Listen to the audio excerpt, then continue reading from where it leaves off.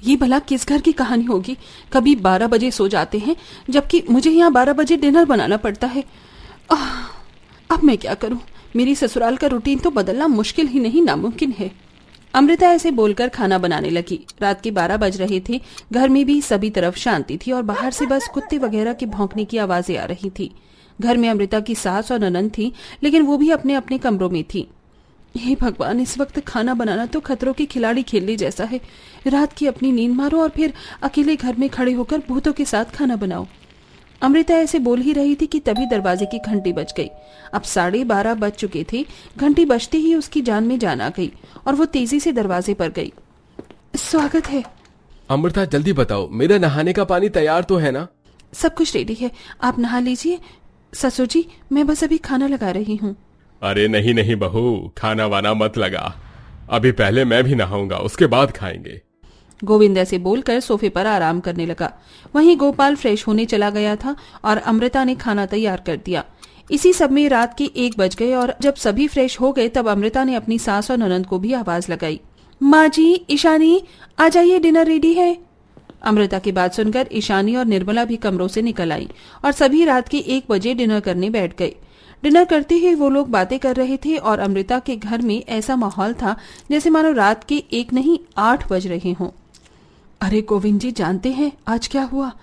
आज जब मैं बाहर गई तो मुझे रास्ते में 500 रुपए मिले, लेकिन मैं लालची औरतों में से नहीं हूँ।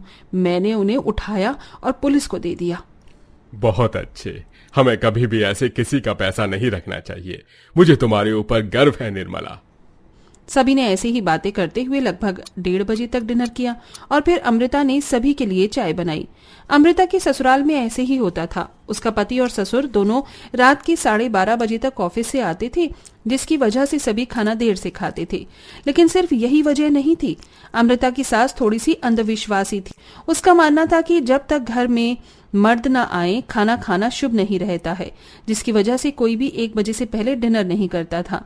लेकिन फिर इसका नुकसान ये सामने आता था कि घर के सभी को सोने के लिए आधी रात हो जाती थी और सुबह को वो भी लोग देर से उठते थे। वहीं गोविंद और गोपाल भी देर से ही जागते और सब कुछ उल्टा पुल्टा हो रहा था। ऐसे ही सब कुछ चल रहा था। लेकिन अब निर्मला की बहू अमृता प्रेग्नेंट हो चुकी थी। 7 दिनों में भी उसके लिए रात के 1 बजे खाना बनाना मुश्किल था, लेकिन अब प्रेगनेंसी में और भी ज्यादा मुश्किल हो रहा था। अमृता बहू, अमृता बहू, उठ जा। हाँ हाँ माँ जी।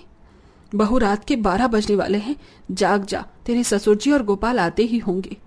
ठीक है माँ जी। अमृता जाग गई और नींद भरी आंखों से रसोई में काम करने लगी।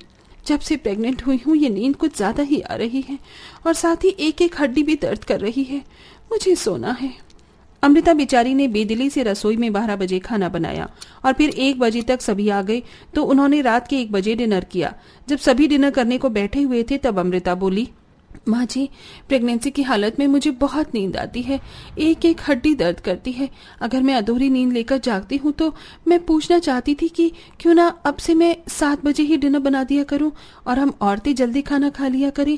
फिर जब बाबा और गोपाल जी आ जाया करेंगे तो ये खुद खाना खा लिया करेंगे। नहीं, इस घर में सभी एक साथ ही खाना खाएंगे, यही सही है। अगर गोविंद जी और गोपाल रात को 2 बजे भी घर आएंगे तब भी 2 बजे ही खाना खाया जाएगा, समझी बहू? और ये कैसा बहाना है कि प्रेगनेंसी में नींद आती है? अभी बस कुछ दिनों की बात है, फिर इस कंडीशन में भी तुझको सब कुछ हैंडल करना आ जाएगा। निर्मला ने अमृता की बात को नहीं समझा और उल्टा उसे ही समझा दिया। अमृता उससे कुछ नहीं बोली और उनके घर का यही 1 बजे डिनर करने का रूटीन चलता रहा। बेचारी अमृता को अपनी पहली प्रेगनेंसी के दौरान आराम बहुत कम मिल रहा था। उसे रात को नींद आती थी, लेकिन खाना बनाने के चक्कर में वो सोती नहीं थी। खाना खाने के बाद वो लगभग 2 बजे तक सोती, लेकिन सुबह 7 बजे ही उसे उठना पड़ता था। चलो ये काम भी हो गया। ये लीजिए गोपाल जी आपका और बाबा का टिफिन। टिफिन वगैरह देने के बाद वो घर के बाकी कामों में लग जाती थी। हे भगवान, जी उब रहा है और चक्कर भी आ रहे हैं। कुछ देर को कमरे में जाकर आराम कर लेती हूँ। ये शायद थकान और कम सोने की वजह से होगा। कहते हैं कि प्रेग्नेंट लेडीज को ज्यादा थकान वाले काम नहीं करने चाहिए और खाना और नींद समय से लेनी चाहिए, लेकिन मेरे साथ तो सब कुछ उल्टा है। न खाना समय पर मिलता है और न ही आराम। ना जाने मेरी कोख में पल रहा ये बच्चा कैसा होगा। ये मैं क्या सोच रही हूँ, सब कुछ ठीक हो जाएगा। अमृता ने ऐसे बोलकर सब कुछ इग्नोर कर दिया और अपने कमरे में कुछ देर को आराम करने के बाद वो फिर से घर के कामों में ही लग गई। लगातार ऐसे ही सिलसिला जारी था। अमृता की प्रेगनेंसी के दौरान भी निर्मला के घर के रूटीन में कोई फर्क नहीं था। सभी रात के 1 बजे ही डिनर करते थे, फिर चाहे अमृता का खाना बनाने का मन हो या ना हो। और ऐसे ही चलते हुए काफी समय बीत गया। एक दिन अमृता अपनी सास के साथ अपना चेकअप करवाने गई। डॉक्टर, मेरी कोख में पल रहा बच्चा स्वस्थ तो है ना? देखिए अमृता जी, अल्ट्रासाउंड के हिसाब से देखें तो आपका बच्चा बिल्कुल भी स्वस्थ नहीं है। यहाँ तक कि वो इतना कमजोर है कि प्रेगनेंसी के दौरान ही उसकी मौत भी हो सकती है। आपको अपना ख्याल रखना चाहिए था।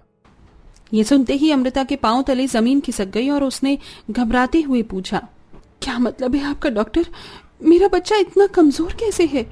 वो इसलिए क्योंकि आप भी अंदर से बहुत कमजोर हो। अमृता जी, प्रेगनेंसी में ज्यादा किसी बात का स्ट्रेस, कामों का ज्यादा लोड लेना, खाने को वक्त से न खाना और कम नींद लेना, ये सब भी आपकी बॉडी पर बहुत इफेक्ट डालता है। छोटी छोटी चीजों का ध्यान रखना बहुत जरूरी है।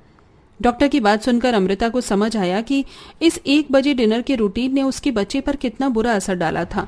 लेकिन ये सब कुछ अभी भी निर्मला को समझ नहीं आया। वो अमृता को घर ले आई। अमृता को लगा था कि आज उसकी सास रात के 1 बजे खाना नहीं खाएगी, लेकिन माँ जी, मैं आज खाना सवेरे ही बना लूं क्या? फिर रात को मैं आराम से सो जाऊंगी। नहीं, खाना सभी के साथ ही खाया जाएगा और खाना रात को ही बनेगा, अभी नहीं।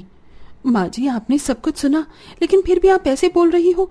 मेरा बच्चा बहुत कमजोर है और उसकी वजह ये नहीं है। और अब मैं दोबारा ऐसा ना सुनूं। जो हमारे घर का हिसाब है ये नहीं बदलेगा, फिर चाहे जो हो जाए। निर्मला की बात सुनकर अब अमृता को गुस्सा आ गया और वो भी बोली, ठीक है, अगर ऐसा ही है तो फिर मैं यहाँ नहीं रहूंगी। मैं जा रही हूँ अपने मायके। तो मुझसे जबान चला रही है। इसे जबान चलाना कहते हैं क्या माँ? मैं अपने लिए खड़ी हो रही हूँ, अपने बच्चे के लिए खड़ी हो रही हूँ। आपको क्या है? आपको तो अपनी प्रेग्नेंट बहू और होने वाले पोते पोती से कोई मतलब ही नहीं है। बस आपका ये बेढंगा रूटीन ना बदले। आप इस अंधविश्वास को कब खत्म करोगी? ज्यादा मत बोल। मुझे आपसे ज्यादा बोलना भी नहीं है। मैं चली अपने मायके। अगर यहाँ रही तो मेरा बच्चा मर ही जाएगा। इस घर में तो ना दिन को चैन है ना ही रात को। आधी रात को 1 बजे यहाँ प्रेग्नेंट बहू सभी को खाना खिलाती है, लेकिन किसी को उसकी परवाह नहीं है। अब मैं अपने मायके जाऊंगी और वहां रहूंगी। अमृता ऐसे बोलकर अपने मायके चली गई।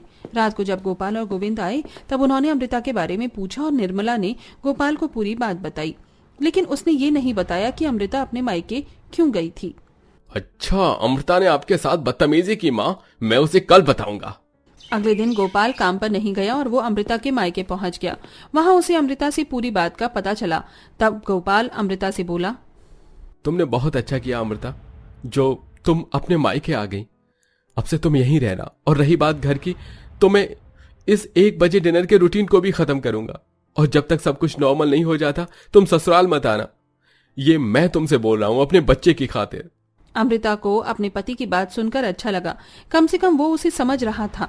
फिर क्या था, उसी दिन गोपाल ने अपनी माँ को समझाया और अपने ऑफिस से लौटने का समय भी बदला। किसी तरह निर्मला जल्दी नॉर्मल लोगों की तरह खाना खाने के लिए मानी और फिर अमृता भी ससुराल आ गई। अब गोपाल उसके आराम और खाने पीने का ख्याल रखता था। अब अमृता खुश रहती थी और अब उसे सही केयर मिल रही थी। कुछ समय के बाद अमृता ने एक स्वस्थ बेटे को जन्म दिया और सभी खुशी खुशी रहने लगे।